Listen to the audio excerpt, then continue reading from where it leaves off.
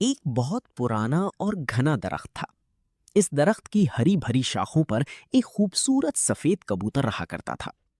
एक गर्म दोपहर, जब सूरज अपनी पूरी आबोताब से चमक रहा था, एक नन्ही सी चींटी प्यास की शिद्दत से नदी के किनारे पानी पीने आई। बदकिस्मती से पानी पीते हुए चूंटी का पांव फिसल गया और वो तेज लहरों के रहमो करम पर बहने लगी।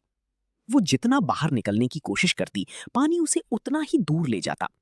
करीब था कि वो डूबकर अपनी जान गंवा बैठती, लेकिन इसी लम्हे दरख्त पर बैठे कबूतर की नजर उस पर पड़ गई।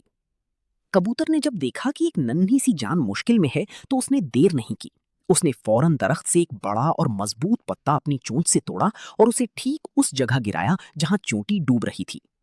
चूंटी ने अपनी पूरी ताकत जमा की और घबराए बगैर पत्ते पर चढ़ गई।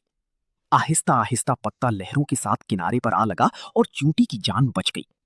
उसने आसमान की तरफ देखकर कबूतर का शुक्रिया अदा किया और सोचा कि जिंदगी रही तो मैं भी इस नेक परिंदे के काम आऊंगी।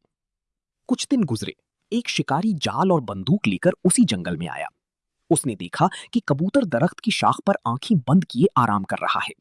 शिकारी ने उसे अपना आसान शिकार समझा और आहिस्ता से अपनी बंदूक का निशाना कबूतर की तरफ तान लिया। वही नन्ही चूंटी करीब ही खुराक तलाश कर रही थी।